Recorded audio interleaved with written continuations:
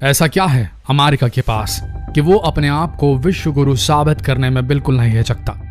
ऐसी कौन सी शक्ति है अमेरिका के पास जिसके बल पर उचक उचक कर अमेरिका कभी अफगानिस्तान पर हमला बोल लेता है तो कभी इराक पर, और कोई उस पर उंगली भी नहीं उठा पाता। ऐसा क्या है अमेरिका के पास कि वो किसी भी देश की लड़ाई में कूद जाने का मादा रखता है और बात बात पे मध्यस्थता करने का ऑफर देते रहता है। किस बल पर करता है अमेरिका ऐसा? आज हम अमेरिका के उस सीक्रेट वेपन का रहस्य खोलेंगे जिसके दम पर अमेरिका पूरी दुनिया पर अपनी ताकत की धौंस दिखाता है। North Korea, Iran, Syria, Russia, Ukraine, China, India और पाकिस्तान, ये दुनिया के कुछ ऐसे देश हैं जिनके बीच लगातार तनाव चल रहा था। टेंशन इतनी बढ़ चुकी थी इन देशों के बीच कि इंटरनेशनल मीडिया कयास लगाने लगा था कि युद्ध कभी भी छिड़ सकता है। और आज के इस डिजिटल युग में जहां इंफॉर्मेशन बिजली की रफ्तार से फैलती है, ऐसे में कोई भी देश ये नहीं चाहेगा कि उसकी युद्ध की मुहिम में कोई अड़ंगा लगाने पहुंच जाए, जैसा अमेरिका और रूस दुनिया की सो कॉल्ड महाशक्तियां करती। अमेरिका एक धड़े को सपोर्ट करने लगता है तो रूस दूसरे धड़े को। पीछे से मौका पर चीन हमेशा तैयार रहता है। तो ऐसी स्थिति में दो देश अगर भिड़ भी जाते हैं तो वो चाहेंगे कि जितनी जल्दी हो सके उन्हें बढ़त मिल जाए, और उसके लिए वो किसी भी हद तक, किसी भी लिमिट तक जा सकते हैं। भले विशेषज्ञ कह ले कि मॉडर्न वर्ल्ड एरा में, आज के इस आधुनिक युग में न्यूक्लियर वॉरफेयर के लिए कोई जगह नहीं है, लेकिन जल्दी बढ़त बनाने के चक्कर में न्यूक्लियर वेपन का इस्तेमाल होना एकदम शॉर्टकट रास्ता सा लगता है। खासकर तब जब इतना बड़ा कोरोना बम फोड़कर चीन अगर बाइज्जत बारी हो सकता है तो न्यूक्लियर वेपन क्या चीज है? पिछले साल काफी तनातनी का माहौल चल रहा था, कभी भारत पाकिस्तान के बीच तो कभी सीरिया में, और इस साल तो चीन और भारत के बीच भी। अनुमान ये लगाया जा रहा था कि इनमें कभी भी युद्ध हो सकता था, और अगर ये परमाणु युद्ध की शक्ल ले लेता तो क्या इसमें दुनिया का सबसे ताकतवर देश अमेरिका मूक दर्शक बनकर खड़ा रहता, या वो भी इस युद्ध में अपना शक्ति प्रदर्शन करने कूद जाता? लेकिन उससे बड़ी बात यह है कि ऐसा क्या है अमेरिका के पास कि वो अपने आप को विश्व गुरु साबित करने में बिल्कुल नहीं हिचकता।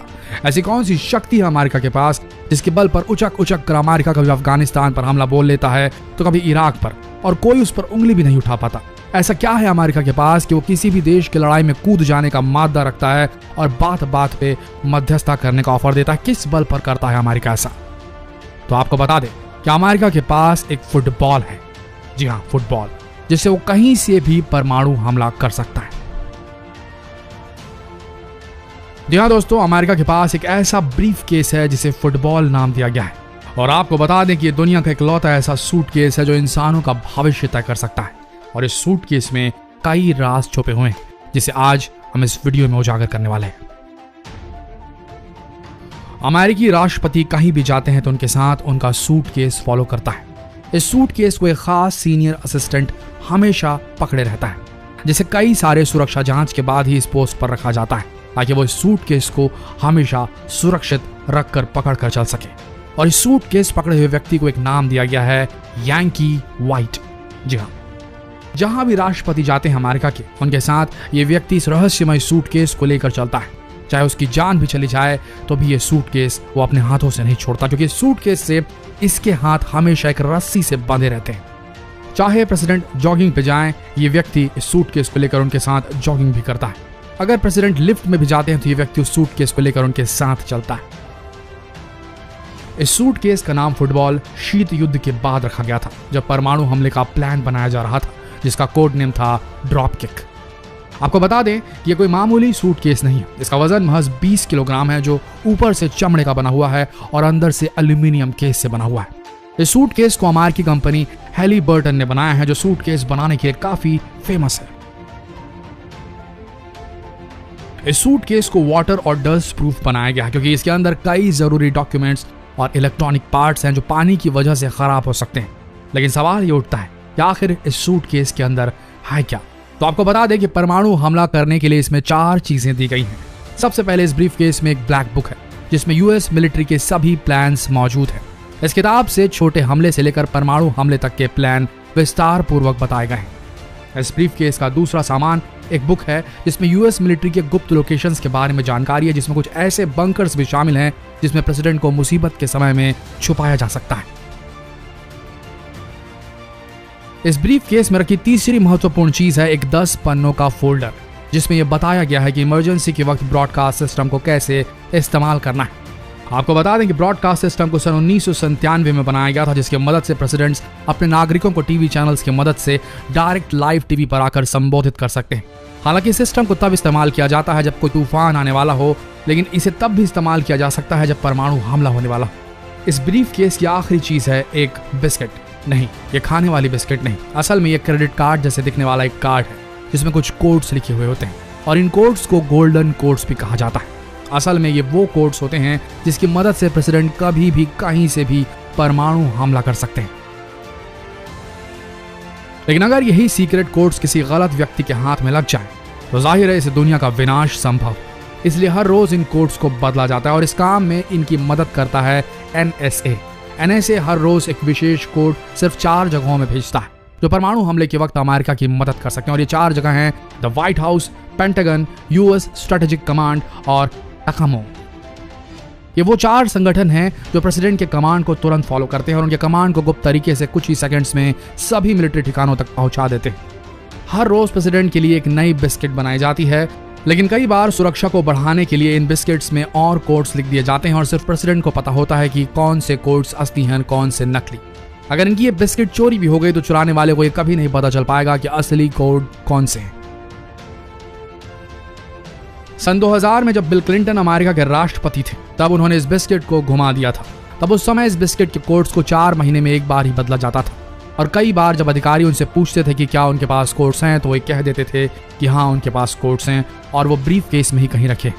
लेकिन ऐसा पहली बार नहीं हुआ है कि किसी अमेरिकी राष्ट्रपति ने इस बिस्किट को घुमाया था, बल्कि जिमी कार्टर, ये भी एक प्रेसिडेंट थे अमेरिका के, उन्होंने भी इस बिस्किट को घुमाया था। असल में बिस्किट उनके कोट में रखा था और वो कोट ड्राई क्लीन में चला गया था और वह घूम गया। इसी तरह से 1981 में जब रोनाल्ड रीगन को गोली लगी थी तब ये कोड उनके पास ही था। जब उन्हें हॉस्पिटल लाया गया तो उन्हें बचाने की जद्दोजहद में डॉक्टर्स ने उनके कपड़ों को चीर दिया था ताकि आसानी से ऑपरेशन कर सके। उनके कपड़ों को डस्टबिन में डाल दिया गया था और बाद में उसे प्लास्टिक बैग में पाया गया था। लेकिन आखिर ये बिस्किट और ये फुटबॉल काम कैसे करते हैं? अगर प्रेसिडेंट को न्यूक्लियर अटैक करना हो तो वो कैसे करेंगे इनका इस्तेमाल? कई सारी कॉन्स्पिरेसी थ्योरीज हैं, कई सारी भ्रांतियां जो उड़ती रहती हैं इंटरनेट में। कुछ लोगों का यह कहना है कि इस ब्रीफ केस से कोई भी परमाणु हमला नहीं किया जा सकता, यह सब एक पॉलिटिकल टैक्टिक है लोगों को डराने के लिए। कई लोग ये भी कहते हैं कि अगर कोई पागल प्रेसिडेंट मिल गया अमेरिका को तो वो किसी भी बहाने इस ब्रीफ केस में लगे बटन को दबा देगा और सारी दुनिया खत्म हो जाएगी। लेकिन आपको बता दें कि ऐसा नहीं, इस ब्रीफ केस की कहानी कुछ और ही है।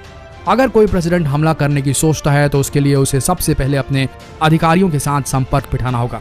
उसके लिए इस फुटबॉल में रेडियो ब्रॉडकास्टर लगे हुए हैं जिसकी मदद से वो एक बहुत ही सुरक्षित रेडियो फ्रीक्वेंसी का इस्तेमाल करके नेशनल मिलिट्री कमांड सेंटर तक संपर्क बिठा लेंगे जो पेंटागन में स्थित है, और तभी वो उस मामले में जॉइंट चीफ से बात कर पाएंगे, उनसे हमले के बारे में सलाह ले पाएंगे।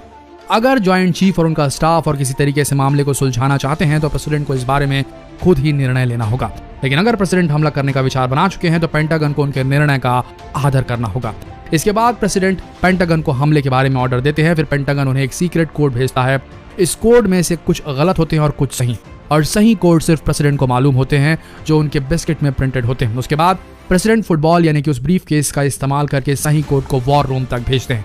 जब वॉर रूम में ये सुनिश्चित हो जाता है कि मैसेज प्रेसिडेंट ने ही भेजे हैं तब इनक्रिप्टेड मैसेज भेजा जाता है। इस मैसेज में वो सारी जानकारियां होती हैं कि कब, कहां और किस वक्त मिसाइल को लॉन्च करना है। साथ ही इसमें टारगेट की भी जानकारी होती है। ये मैसेज बहुत से चेनों से गुजरता है। सबसे पहले ये जॉइंट चीफ ऑफ स्टाफ के पास जाता है, उसके बाद ये स्ट्रेटेजिक कमांड के पास जाता है और आखिर में न्यूक्लियर सबमरीन्स के पास जाता है जिनका असली काम परमाणु मिसाइल लॉन्च करना होता है। आखिर में सबमरीन का स्टाफ सेफ को खोलता है जिसमें एक कार्ड होता है जिसमें न्यूक्लियर ऑथेंटिफिकेशन कोड्स होते हैं। फिर इस कोड को उस मैसेज के साथ मैच किया जाता है जो उन्हें पेंटागन से आया हुआ होता है। उसके बाद इस कोड को कंप्यूटर में एंटर किया जाता है। आपको बता दें कि सबमरीन का अकेला स्टाफ इस मिसाइल को लॉन्च नहीं कर सकता। इस मिसाइल को लॉन्च करने के लिए 5 लोगों की जरूरत होती है और इन 5 के पास अपनी अपनी एक चाबी होती है। ये अपनी चाबी को कंप्यूटर में बने की होल में डालते हैं। ऐसा इसलिए किया जाता है ताकि कोई भी अकेला व्यक्ति अकेले इस मिसाइल को लॉन्च न कर सके। जब 5 चाबियां कंप्यूटर के अंदर डाल दी जाती हैं तभी लॉन्च करने की प्रक्रिया शुरू होती है। लेकिन आपको बता दें कि अगर 5 लोगों में से 3 लोग इस लॉन्च को करने से मना कर देते हैं तो भी इस लॉन्च को किया जा सकता है। अगर 2 लोग एक ही समय में चाबी घुसाएं और एक ही समय में चाबी को घुमाएं, 5 सेकंड तक रखें तो भी इस लॉन्च की प्रक्रिया को पूरा किया जा सकता है। एक बार जब चाबी को घुमा दिया जाता है तब मिसाइल लॉन्च होने को तैयार हो जाती है और 5 मिनट के अंदर ही मिसाइल टारगेट की तरफ निकल जाती है और उसके बाद इन्हें रोकना नामुमकिन हो जाता है। तो दोस्तों, यह था अमेरिकी राष्ट्रपति का वो खतरनाक फुटबॉल, वो खतरनाक ब्रीफकेस जिससे अमेरिका कभी भी कहीं से भी किसी पर भी हमला कर सकता है। और शायद यही परमाणु शक्ति है जो अमेरिका को विश्व गुरु बनाकर रखे हुए। आशा करते हैं वीडियो आप सबको इंटरेस्टिंग लगा होगा। ऐसे ही वीडियोस के लिए इस वीडियो को शेयर करना ना भूलें। मिलते हैं अगले वीडियो में, तब तक के लिए बने रहिए हमारे चैनल के साथ। धन्यवाद।